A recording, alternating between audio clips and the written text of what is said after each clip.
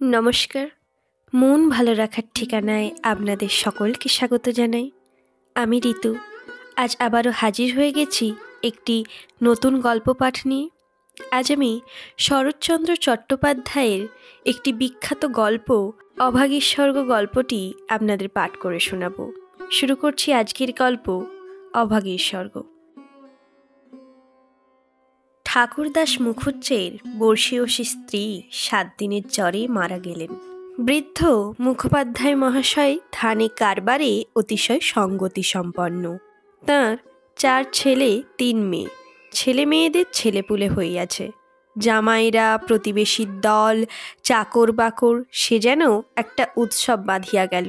সমস্ত গ্রামের লোক ধুমধামের শবযাত্রা ভিড় করিয়া দেখিতে আসিল। মেয়েরা কাঁদিতে কাঁদিতে মায়ের 2 পায়ে গাঢ় করিয়া আলতা এবং মাথায় ঘন করিয়া সিঁদুর লেপিয়া দিল। বধূরা ললাট চন্দনে চর্চিত করিয়া বহুমূল্য বস্ত্রে শাশুড়ির দেহ আচ্ছাদিত করিয়া দিয়া আঁচল দিয়া তাহার শেষ পদধূলি মুছাইয়া লইল। পুষ্পে পত্রে গন্ধে মাল্যে কলরবে মনে হইল না এ কোনো শোকের ব্যাপার।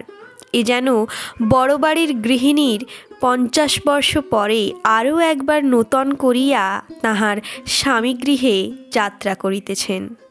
বৃদ্ধা মুখোপাধ্যায় শান্তমুখে তাহার চিরদিনের সঙ্গিনীকে শেষ বিদায় দিয়া অলক্ষে 2 ফোঁটা চোখের জল মুছিয়া শোকার্ত কন্যা ও বধূগণকে সান্ত্বনা দিতে লাগিলেন।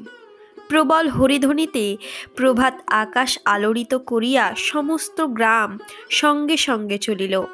আরেকটি প্রাণী একটু দূরে থাকিয়া এই দলের সঙ্গী হইল। সে কাঙালির মা। সে তার কুটির প্রাঙ্গণের গোটা কয়েক বেগুন তুলিয়া এই পথে হেঁটে চলিয়াছিল। এই দৃশ্য দেখিয়া আর নাড়িতে পারিল না। রহিল তাহার হাটে যাওয়া, রহিল তাহার আঁচলে বেগুন বাঁধা। সে চোখের জল মুছিতে মুছিতে সকলের পিছনে শ্মশানে আসিয়া উপস্থিত হইল। গ্রামের একান্তে গরুর নদীর তীরে শ্মশান। সেখানেই পূর্বাহ্নেই কাঠের ভাড়া, চন্দনের টুকরো, ঘৃত, মধু, ধূপ, ধূনা প্রভৃতি উপকরণ সঞ্চিত হইয়াছিল। কাঙালির মা ছোট জাত, দুলের মেয়ে বলিয়া কাছে যাইতে সাহস পাইল না। তফাতে একটা উঁচু ঢিপির মধ্যে দাঁড়াইয়া সমস্ত অন্ত্যেষ্টিক্রিয়া প্রথম হইতে শেষ পর্যন্ত উৎসুক আগ্রহে চোখ মেলিয়া দেখিতে লাগিল। প্রশস্ত ও পর্যাপ্ত চিতার পরে যখন সব স্থাপিত করা হইল, তখন তাহার রাঙা পাদখানি দেখিয়া তাহার 2 চক্ষু জুড়াইয়া গেল। ইচ্ছা হইল ছুটিয়া গিয়া 1 বিন্দু আলতা মুছাইয়া লইয়া মাথায় দেয়। বহু কণ্ঠের হরিধ্বনির সহিত পুত্র হস্তে মন্ত্রপুত অগ্নি যখন সংযোজিত হইল, তখন তাহার চোখ দিয়া ঝরঝর করিয়া জল পড়িতে লাগিল। মনে মনে বারংবার বলিতে লাগিল, ভাগ্যবানী মা, তুমি স্বর্গে যাচ্ছ, আমাকেও আশীর্বাদ করে যাও। আমিও যেন এমনই কাঙালির হাতের আগুনটুকু পাই। ছেলের হাতের আগুন, সে তো সোজা কথা নয়। স্বামী, পুত্র, কন্যা, নাতি, নাতনি, দাস, দাসী, পরিজন, সমস্ত সংসার উজ্জ্বল রাখিয়া এই যে স্বর্গারোহণ দেখিয়া তাহার বুক ফুলিয়া ফুলিয়া উঠিতে লাগিল। এ সৌভাগ্যের সে যেন আর ইয়ত্তা করিতে পারিল না। সদ্য প্রজ্বলিত চিতার অজস্র ধোঁয়া নীল রঙের ছায়া ফেলিয়া ঘুরিয়া ঘুরিয়া আকাশে উঠিতেছিল। কাঙালির মা ইহারই মধ্যে ছোট একখানি রথের চেহারা যেন স্পষ্ট দেখিতে পাইল। গায়ে তাহার কত না ছবি আঁকা, চূড়ায় তাহার কত না লতাপাতা জড়ানো, ভিতরে কে যেন বসিয়া আছে। মুখ তাহার চেনা যায় না, কিন্তু সীতায় তাহার সিঁদুরের রেখা, পদতল 2টি আলতায় রাঙানো। ঊর্ধ্ব দৃষ্টে চাহিয়া কাঙালির মায়ের 2 চোখে অশ্রুর ধারা বহিতেছিল। এমন সময়ে একটি বছর 14-15 ছেলে তাহার আঁচল টান দিয়া কহিল, হেতাই তুই দাঁড়িয়ে আছিস মা, ভাত রাঁধবি নে? মা চমকিয়া ফিরিয়া চাহিয়া কহিল, রাঁধব ক্ষণ রে। হঠাৎ উপরে আঙুল নির্দেশ করিয়া ব্যগ্র স্বরে কহিল, দেখ দেখ বাবা, বামুন মা ওই রথে চড়ে স্বর্গে যাচ্ছে। ছেলে বিস্ময়ে মুখ তুলিয়া কহিল, কই? ক্ষণকাল নিরীক্ষণ করিয়া শেষে বলিল, তুই খেপেছিস? ও তো ধোঁয়া। রাগ করিয়া কহিল, বেলা দুপুর বাজে, আমার খিদে পায় না বুঝি? এবং সঙ্গে সঙ্গে মায়ের চোখে জল লক্ষ্য করিয়া বলিল, বামুনদের গিন্নি মরেছে, তুই কেন কেঁদে মরিস মা? কাঙালির মার এতক্ষণে হুঁশ হইল। পরের জন্য শ্মশানে দাঁড়াইয়া এভাবে অশ্রুপাত করায় সে মনে মনে লজ্জা পাইল। এমনকি ছেলের অকল্যাণের আশঙ্কায় মুহূর্তে চোখ মুছিয়া ফেলিয়া একটুখানি হাসিবার চেষ্টা করিয়া বলিল, কাঁদব কিসের জন্যে রে? চোখের ধোঁ লেগেছে বই তো নয়।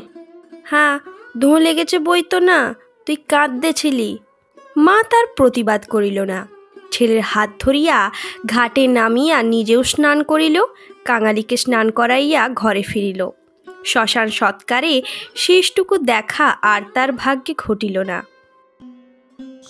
সন্তানের নামকরণকালে পিতামাতার মূঢ়তায় বিধাতা পুরুষ অন্তরিক্ষে থাকিয়া অধিকাংশ সময়ে শুধু হাস্য বলিয়াই ক্ষান্ত হন না, তীব্র প্রতিবাদ করেন। তাই তাহাদের সমস্ত জীবনটা তাহাদের নিজের নামগুলোকেই যেন আমরণ ভ্যাংচাইয়া চলিতে থাকে। কাঙালির মার জীবনের ইতিহাস ছোট, কিন্তু সেই ছোট্ট কাঙাল জীবনটুকু বিধাতার এই পরিহাসের দায় হইতে অব্যাহতি লাভ করিয়াছিল। তাহাকে জন্ম দিয়া মা মরিয়াছিল। বাপ রাগ করিয়া নাম দিল অভাগী। মা নাই, বাপ নদীতে মাছ ধরিয়া বেড়ায়। তাহার না আছে দিন, না আছে রাত। তবু যে কি করিয়া ক্ষুদ্র অভাগী একদিন কাঙালির মা হইতে বাঁচিয়া রহিল, সে এক বিস্ময়ের বস্তু। যাহার সহিত বিবাহ হইল তাহার নাম রসিক বাঘ।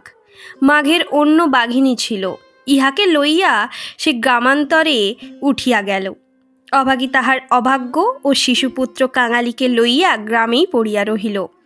তাহার সেই কাঙালি বড় হইয়া আজ 15ই পা দিয়েছে, সবেমাত্র বেতের কাজ শিখিতে আরম্ভ করিয়াছে। অভাগীর আশা হইয়াছে আরও বছরখানেক তাহার অভাগ্যের সহিত যুঝিতে পারিলে দুঃখ ঘুচিবে। এই দুঃখ যে কি যিনি দিয়াছেন তিনি ছাড়া আর কেউই জানে না। কাঙালি পুকুর হইতে আঁচাইয়া আসিয়া দেখিল তাহার পাতের ভুক্তাবশেষ মা একটা মাটির পাত্রে ঢাকিয়া রাখিতেছে। আশ্চর্য হইয়া জিজ্ঞাসা করিল, তুই খেলি নে মা? বেলা গড়িয়ে গেছে বাবা, এখন আর খিদে নেই। ছেলে বিশ্বাস করিল না, বলিল, না খিদে নেই বই কি, কই দেখি তোর হাঁড়ি। এই ছলনায় বহুদিন কাঙালির মা কাঙালিকে ফাঁকি দিয়া আসিয়াছে। সে হাঁড়ি দেখিয়া তবে ছাড়িল। তাহাতে আর একজনের মতো ভাত ছিল। তখন সে প্রসন্ন মুখে মায়ের কোলে গিয়া বসিল। এই বয়সের ছেলে সচরাচর এরূপ করে না, কিন্তু শিশুকাল হইতে বহুকাল যাবৎ সে রুগ্ন ছিল বলিয়া মায়ের ক্রোর ছাড়িয়া বাহিরের সঙ্গী সাথীদের সহিত মিশিবার সুযোগ পায় নাই। এইখানে বসিয়াই তাহাকে খেলাধুলার স্বাদ মিটাইতে হইয়াছে। এক হাতে গলা জড়াইয়া মুখের উপর মুখ রাখিয়াই কাঙালি চকিত হইয়া কহিল, মা তোর গা যে গরম, কেন তুই অমন রোদে দাঁড়িয়ে মরা পোড়ানো দেখতে গেলি? কেন আবার নিয়ে এলি? মরা পোড়ানো কি তুই? মা সব্যবস্তে ছেলের মুখে হাত চাপা দিয়া কহিল, ছি বাবা, মরা পোড়ানো বলতে নেই, পাপ হয়। সতীলক্ষ্মী মা ঠাকুরন রথে করে স্বর্গে গেলেন। ছেলে সন্দেহ করিয়া কহিল, তোর এক কথা মা, রথে চড়ে কেউ নাকি আবার স্বর্গে যায়। মা বলিল, আমি যে চোখে দেখনু কাঙালি, বামুন মা রথের উপরে বসে, তেনার রাঙা পা দুখানি যে সবাই চোখ মেলে দেখল রে। সবাই দেখলে? সবাই দেখলে। কাঙালি মায়ের বুকে ঠেস দিয়া বসিয়া ভাবিতে লাগিল, মাকে বিশ্বাস করাই তাহার অভ্যেস। বিশ্বাস করিতেই যে শিশুকাল হইতে শিক্ষা করিয়াছে, সেই মা যখন বলিতেছে সবাই চোখ মেলিয়া এত বড় ব্যাপার দেখিয়াছে, তখন অবিশ্বাস করিবার আর কিছু নাই। খানিক পর আস্তে আস্তে কহিল, তাহলে তুইও তো মা স্বর্গে যাবি। বিন্দির মা সেদিন রাখালের পিসিকে বলিতেছিল, কাংলার মার মতো সতীলক্ষ্মী আর দুলে পাড়ায় নেই। কাঙালির মা চুপ করিয়া রহিল। কাঙালি তেমনি ধীরে ধীরে কহিতে লাগিল, বাবা যখন তোরে ছেড়ে দিল তখন তোরে কত লোক তো নিকে করতে সাদাসাদি করলে, কিন্তু তুই বললি না, কাঙালি বাঁচলে আমার দুঃখ গুজবে, আমার নিকে করতে যাব কিসের জন্যে? হ্যাঁ মা, তুই নিকে করলে আমি কোথায় থাকতুম? আমি হয়তো না খেতে পেয়ে এতদিনে কবে মরে যেতুম। মা ছেলেকে দুই হাতে বুকে চাপিয়া ধরিল। বস্তুত সেদিন তাহাকে এই পরামর্শ কম লোকে দেয় নাই, এবং যখন সে কিছুতেই রাজি হইল না তখন উৎপাত উপদ্রবও তাহার প্রতি সামান্য হয় নাই। সেই কথা স্মরণ করিয়া অভাগীর চোখ দিয়া জল পড়িতে লাগিল। ছেলে হাত দিয়া মুছাইয়া দিয়া বলিল, ক্যাঁতাটা পেতে দেব মা, শুবি? মা চুপ করিয়া রহিল। কাঙালি মাদুর পাতিল, কাঁথা পাতিল, মাচার উপর হইতে ছোট বালিশটি পাড়িয়া দিয়া হাত ধরিয়া তাহাকে বিছানায় টানিয়া লইয়া যাইতে মা কহিল, কাঙালি, আজ আর তোর কাজে গিয়ে কাজ নেই। কাজ কামাই করিবার প্রস্তাব কাঙালির খুব ভালো লাগিল, কিন্তু কহিল, জলপানের পয়সা দুটো তো তাহলে দেবে না? না দিককে, আয় তোকে রূপকথা বলি। আর প্রলুব্ধ করিতে হইল না। কাঙালি তৎক্ষণাৎ মায়ের বুক ঘেঁষিয়া শুইয়া পড়িয়া কহিল, বল তাহলে। রাজপুত্তুর, কোটালপুত্তুর আর সেই পক্ষীরাজ ঘোড়া। অভাগী রাজপুত্র, কোটালপুত্র আর পক্ষীরাজ ঘোড়ার কথা দিয়া গল্প আরম্ভ করিল। এ সকল তাহার পরের কাছে কতদিনের শোনা এবং কতদিনের বলা উপকথা। কিন্তু মুহূর্ত কয়েক পরে কোথায় গেল তাহার রাজপুত্র আর কোথায় গেল তাহার কোটালপুত্র, সে এমন উপকথা শুরু করিল যাহা পরের কাছে তাহার শেখা নয়, নিজের সৃষ্টি। জ্বর তাহার যত বাড়িতে লাগিল, উষ্ণ রক্তস্রোত যত দ্রুত বেগে মস্তিষ্কে বহিতে লাগিল, ততই সে যেন নব নব উপকথার ইন্দ্রজাল রচনা করিয়া চলিতে লাগিল। তাহার বিরাম নাই, বিচ্ছেদ নাই। কাঙালির স্বল্প দেহ বার বার রোমাঞ্চিত হইতে লাগিল। ভয়ে, বিস্ময়ে, পুলকে সে সজোরে মায়ের গলা জড়াইয়া তাহার বুকের মধ্যে যেন মিশিয়া যাইতে চাহিল। বাহিরে বেলা শেষ হইল, সূর্য অস্ত গেল, সন্ধ্যার ম্লান ছায়া গাঢ়তর হইয়া চরাচর ব্যাপ্ত করিল। কিন্তু ঘরের মধ্যে আজ আর দীপ জ্বলিল না। গৃহস্থের শেষ কর্তব্য সমাধা করিতে কেহ উঠিল না। নিবিড় অন্ধকারে কেবল রুগ্ন মাতার অবাধ গুঞ্জন নিস্তব্ধ পুত্রের কর্ণে সুধাবর্ষণ করিয়া চলিতে লাগিল। সেই শ্মশান ও শ্মশান যাত্রার কাহিনী, সেই রথ, সেই রাঙা পাদুখানি, সেই তার স্বর্গে যাওয়া। কেমন করিয়া শোকার্ত স্বামী শেষ পদধূলি দিয়া কাঁদিয়া বিদায় দিলেন, কি করিয়া হরিধ্বনি দিয়া ছেলেরা মাতাকে বহন করিয়া লইয়া গেল। তারপরে সন্তানের হাতের আগুন, সে আগুন তো আগুন নয় কাঙালি, সে তো হরি। তার আকাশ জোড়া ধুঁয়ো নয় বাবা, সে তো স্বর্গের রথ। কাঙালিচরণ, বাবা আমার। কেন মা, তোর হাতের আগুন যদি পাই বাবা, বামুনমার মতো আমিও স্বর্গে যেতে পাব। কাঙালি অস্ফুটে শুধু কহিল, যা বলতে নি। মা সে কথা বোধ করি শুনিতেও পাইল না। তপ্ত নিঃশ্বাস ফেলিয়া বলিতে লাগিল, ছোট জাত বলে তখন কিন্তু কেউ ঘেন্না করতে পারবে না, দুঃখী বলে কেউ ঠকিয়ে রাখতে পারবে না। ইস, ছেলের হাতের আগুন, রথকে যে আসতেই হবে। ছেলে মুখের ওপর মুখ রাখিয়া ভগ্নকণ্ঠে কহিল, বলিস নে মা, বলিস নে, আমার বড্ড ভয় করে। মা কহিল, আর দেখ কাঙালি, তোর বাবাকে একবার ধরে আনবি, অমনি যেন পায়ের ধুলে মাথায় দিয়ে আমাকে বিদায় দেয়, অমনি পায়ে আলতা, মাথায় সিঁদুর দিয়ে। কিন্তু কে বা দেবে? তুই দিবি না রে কাঙালি? তুই আমার ছেলে, তুই আমার মেয়ে, তুই আমার সব। বলিতে বলিতে সে ছেলেকে একেবারে বুকে চাপিয়া ধরিল। অভাগীর জীবননাট্যের শেষ অঙ্ক পরিসমাপ্ত হইতে চলিল। বিস্তৃতি বেশি নয়, সামান্যই। বোধ করি 30টা বৎসর আজও পার হইয়াছে কি হয় নাই, শেষ হইল তেমনই সামান্যভাবে। গ্রামে কবিরাজ ছিল না, ভিন্ন গ্রামে তাহার বাস। কাঙালি গিয়া কাঁদাকাটি করিল, হাতে পায়ে পড়িল, শেষে ঘটি বাঁধা দিয়া তাহাকে 1 টাকা প্রণামী দিল। তিনি আসিলেন না, গোটাচারেক বড়ি দিলেন। তাহার কত আয়োজন, খল, মধু, আদার সত্ত্ব, তুলসী পাতার রস। কাঙালির মা ছেলের প্রতি রাগ করিয়া বলিল, কেন তুই আমাকে না বলে ঘটি বাঁধা দিতে গেলি বাবা? হাত পাতিয়া বড়ি কয়টি গ্রহণ করিয়া মাথায় ঠেকাইয়া উনানে ফেলিয়া দিয়া কহিল, ভালো হইতো এতেই হব। বাগদিদুলের ঘরে কেউ কখনো ওষুধ খেয়ে বাঁচে না। দিন 2-3 এমনি গেল। প্রতিবেশীরা খবর পাইয়া দেখিতে আসিল। যে যাহা মুষ্টিযোগ জানিত, হরিণের শিংঘষা জল, গেটে কড়ি পুড়াইয়া মধুতে মারিয়া চাটাইয়া দেওয়া ইত্যাদি অব্যর্থ ঔষধের সন্ধান দিয়া যে যাহার কাজে গেল। ছেলে মানুষ কাঙালি ব্যতিব্যস্ত হইয়া উঠিতে মা তাহাকে কাছে টানিয়া কহিল, কবরেজের বড়িতে কিছু হলো না বাবা, আর ওদের ওষুধে কাজ হবে, আমি এমনি ভালো হব।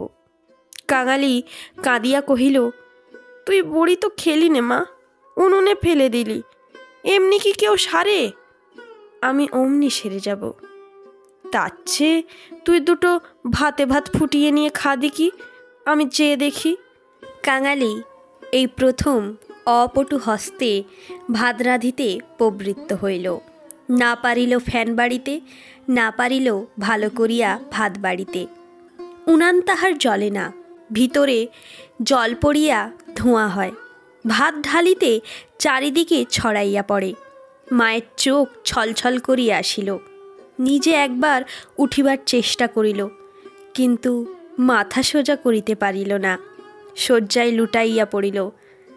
খাওয়া হইয়া গেলে ছেলেকে কাছে লইয়া কি করিয়া কি করিতে হয় বিধিমতে উপদেশ দিতে গিয়া তাহার ক্ষীণকণ্ঠ থামিয়া গেল। চোখ দিয়া কেবল অবিরল ধারে জল পড়িতে লাগিল। গ্রামে ঈশ্বর নাপিত নারী দেখিতে জানে। পরদিন সকালে সে হাত দেখিয়া তাহারই সম্মুখে মুখ গম্ভীর করিল, দীর্ঘ নিঃশ্বাস ফেলিল এবং শেষে মাথা নাড়িয়া উঠিয়া গেল। কাঙালির মা ইহার অর্থ বুঝিল, কিন্তু তাহার ভয় হইল না। সকলে চলিয়া গেলে সে ছেলেকে কহিল, এইবার একবার তাকে ডেকে আনতে পারিস বাবা। কাকে মা? ওই যে রে, ওঙায়ে যে উঠে গেছে। কাঙালি বুঝিয়া কহিল, বাবাকে? অভাগী চুপ করিয়া রহিল। কাঙালি বলিল, সে আসবে কেন মা? অভাগীর নিজেরই যথেষ্ট সন্দেহ ছিল, তথাপি আস্তে আস্তে কহিল, গিয়ে বলবি মা শুধু একটু তোমার পায়ের ধুলো চায়। সে তখনই যাইতে উদ্যত হইলে সে তাহার হাতটা ধরিয়া ফেলিয়া বলিল, একটু কাঁদা কাটা করিস বাবা, বলিস মা যাচ্ছে। একটু থামিয়া কহিল, ফেরবার পথে অমনি নাপতে বৌদির কাছ থেকে একটু আলতা চেয়ে আনিস কাঙালি, আমার নাম করলেই সে দেবে। আমাকে বড় ভালোবাসে। ভালো তাহাকে অনেকেই বাসিত। জ্বর হওয়া অবধি মায়ের মুখে সে এই কয়টা জিনিসের কথা এতবার এত রকম করিয়া শুনিয়াছে যে সে সেইখান হইতে কাঁদিতে কাঁদিতে যাত্রা করিল। পরদিন রসিকদুলে সময় মতো যখন আসিয়া উপস্থিত হইল, তখন অভাগীর আর বড় জ্ঞান নেই। মুখের পরে মরণের ছায়া পড়িয়াছে। চোখের দৃষ্টি এই সংসারের কাজ সারিয়া কোথায় কোন অজানা দেশে চলিয়া গেছে। কাঙালি কাঁদিয়া কহিল, মাগো, বাবা এসেছে, পায়ের ধুলো নেবে যে। মা হয়তো বুঝিল, হয়তো বুঝিল না, হয়তোবা তাহার গভীর সঞ্চিত বাসনা সংস্কারের মতো তাহার আচ্ছন্ন চেতনায় ঘা দিল। এই মৃত্যুপথযাত্রী তাহার অবশ বহুখানি শয্যার বাহিরে বাড়াইয়া হাত পাতিল। রসিক হতবুদ্ধির মতো দাঁড়াইয়া রহিল। পৃথিবীতে তাহারও পায়ের ধুলার প্রয়োজন আছে, ইহাও কেহ নাকি চাহিতে পারে, তাহা তাহার কল্পনার অতীত। বিন্দির পিসি দাঁড়াইয়াছিল। সে কহিল, দাও বাবা, দাও একটু পায়ের ধুলো। রসিক অগ্রসর হইয়া আসিল। জীবনে যে স্ত্রীকে সে ভালোবাসা দেয় নাই, অসন বসন দেয় নাই, কোনো খোঁজ খবর করে নাই, মরণকালে তাহাকে সে শুধু একটু পায়ের ধুলা দিতে কাঁদিয়া ফেলিল। রাখালের মা বলিল, এমন সতীলক্ষ্মী বামুন কায়েতের ঘরে না জন্মে, ও আমাদের দুলের ঘরে জন্মালো কেন? এইবার ওর একটু গতি করে দাও বাবা, কাংলার হাতের আগুনের লোভে ও যে প্রাণটা দিলে। অভাগীর অভাগ্যের দেবতা অগোচরে বসিয়া কি ভাবিলেন জানি নে, কিন্তু ছেলে মানুষ কাঙালির বুকে গিয়া একথা যেন তীরের মতো বিঁধিল। সেদিন দিনের বেলাটা কাটিল, প্রথম রাত্রিটাও কাটিল, কিন্তু প্রভাতের জন্য কাঙালির মা আর অপেক্ষা করিতে পারিল না। কি জানি এত ছোট জাতের জন্য স্বর্গে রথের ব্যবস্থা আছে কি না, কিংবা অন্ধকারে পায়ে হাঁটিয়াই তাহাদের রওনা হইতে হয়, কিন্তু এটা বুঝা গেল রাত্রি শেষ না হইতেই এ দুনিয়া সে ত্যাগ করিয়া গেছে। কুটির প্রাঙ্গণে একটা বেলগাছ।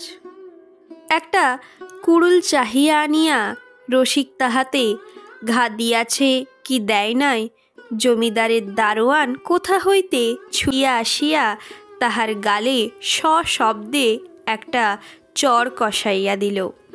কুড়ুল কাড়িয়া লইয়া কহিল, শালা, এ কি তোর বাপের গাছ আছে যে কাটতে লেগেছিস?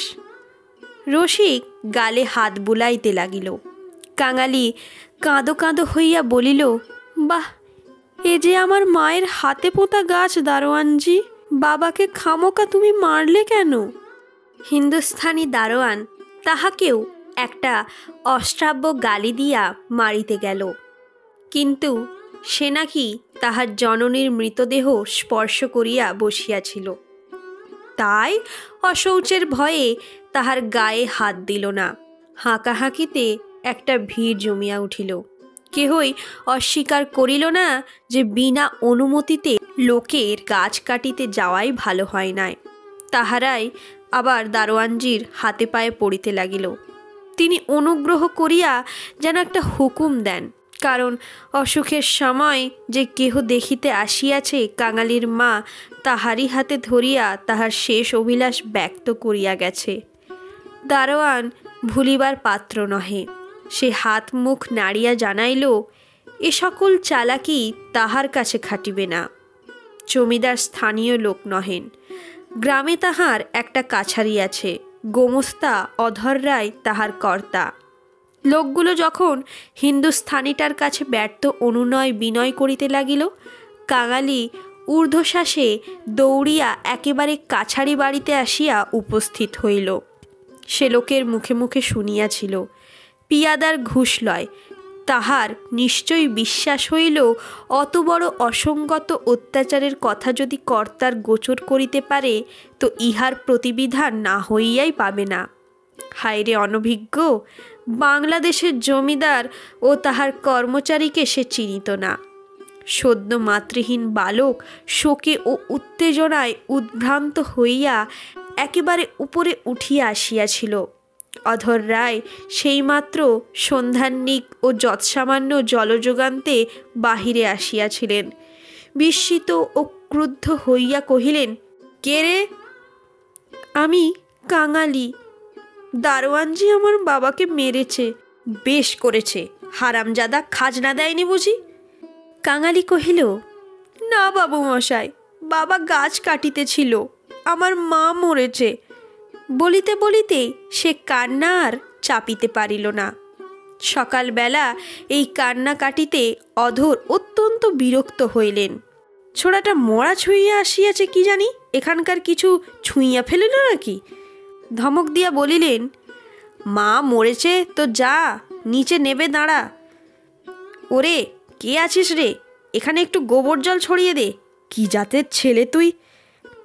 কাঙালি সভয়ে প্রাঙ্গণে নামিয়া দাঁড়াইয়া কহিল, আমরা দুলে। অধর কহিলেন, দুলে? দুলের মড়াই কাঠ কি হবে শুনি? কাঙালি বলিল, মা যে আমাকে আগুন দিতে বলে গেছে। তুমি জিজ্ঞেস করো না বাবু মশাই, মা যে সবাইকে বলে গেছে, সকলে শুনেছে যে। মায়ের কথা বলিতে গিয়া তাহার অনুক্ষণের সমস্ত অনুরোধ উপরোধ মুহূর্তে স্মরণ হইয়া কণ্ঠ যেন তাহার কান্নায় ফাটিয়া পড়িতে চাহিল। অধর কহিলেন, মাকে পড়াবি তো গাছের দাম 5 টাকা আনগে, পারবি? কাঙালি জানিত তাহা অসম্ভব। তাহার উত্তরীয় কিনিবার মূল্যস্বরূপ তাহার ভাত খাইবার পিতলের কাঁসিটি বিন্দির পিসি 1 টাকায় বাঁধা দিতা গিয়াছে। সে চোখে দেখিয়া আসিয়াছে। সে ঘাড় নাড়িল, বলিল, না। অধর মুখখানা অত্যন্ত বিকৃত করিয়া কহিলেন, না তো মাকে নিয়ে নদীর চড়ায় পুঁতে ফেলগে যা।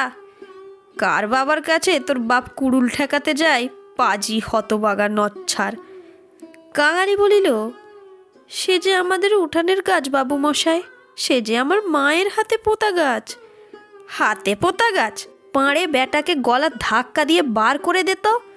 পাড়ে আসিয়া গলা ধাক্কা দিল এবং এমন কথা উচ্চারণ করিল যাহা কেবল জমিদারের কর্মচারীরাই পারে। কাঙালি ধুলা ঝাড়িয়া উঠিয়া দাঁড়াইল। তারপরে ধীরে ধীরে বাহির হইয়া গেল। কেন সে যে মার খাইল, কি তাহার অপরাধ, ছেলেটা ভাবিয়াই পাইল না।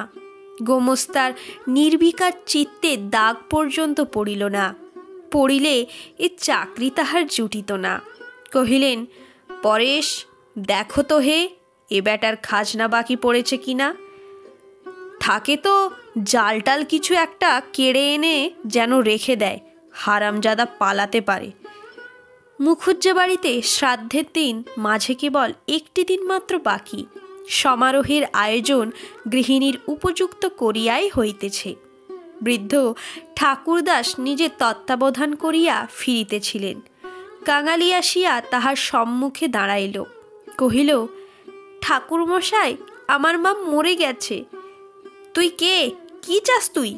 আমি কাঙালি। মা বলে গেছে তেনাকে আগুন দিতে। তা দিগে না। কাছারির ব্যাপারটা ইতিমধ্যে মুখে মুখে প্রচারিত হইয়া পড়িয়াছিল। একজন কহিল, ও বোধহয় একটা গাছ চায়। এই বলিয়া সে ঘটনাটা প্রকাশ করিয়া কহিল।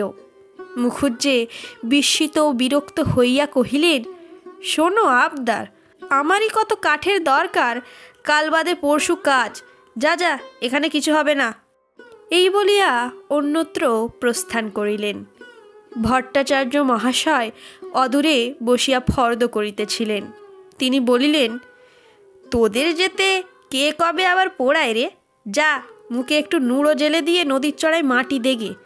মুখোপাধ্যায় মহাশয়ের বড় ছেলে ব্যস্ত সমস্তভাবে এই পথে কোথায় যাইতেছিলেন। তিনি কান খাড়া করিয়া একটু শুনিয়া কহিলেন, দেখছেন ভট্টাচার্য মশাই, সব ব্যাটারাই এখন বামুন কায়েত হতে চায়। বলিয়া কাজের ঝোঁকে আর কোথায় চলিয়া গেলেন। কাঙালি আর প্রার্থনা করিল না। এই ঘণ্টা 2 অভিজ্ঞতায় সংসারে সে যেন একেবারে বুড়া হইয়া গিয়াছিল। নিঃশব্দে ধীরে ধীরে তাহার মরা মায়ের কাছে গিয়া উপস্থিত হইল। নদীর চরে গর্ত খুঁড়িয়া অভাগীকে শোয়ানো হইল। রাখালের মা কাঙালির হাতে একটা খড়ের আঁটি জ্বালিয়া দিয়া তাহারই হাত ধরিয়া মুখে স্পর্শ করাইয়া ফেলিয়া দিল। তারপরে সকলে মিলিয়া মাটি চাপা দিয়া কাঙালির মায়ের শেষ চিহ্ন বিলুপ্ত করিয়া দিল। সবাই সকল কাজে ব্যস্ত। শুধু সেই পোড়া খড়ের আঁটি হইতে যে স্বল্প ধোঁয়াটুকু ঘুরিয়া ঘুরিয়া আকাশে উঠিতেছিল, তাহারই প্রতি পলকহীন চক্ষু পাতিয়া কাঙালি ঊর্ধ্বদৃষ্টে স্তব্ধ হইয়া চাহিয়া রহিল। আমার গল্প পাঠ আজ এখানেই শেষ হলো।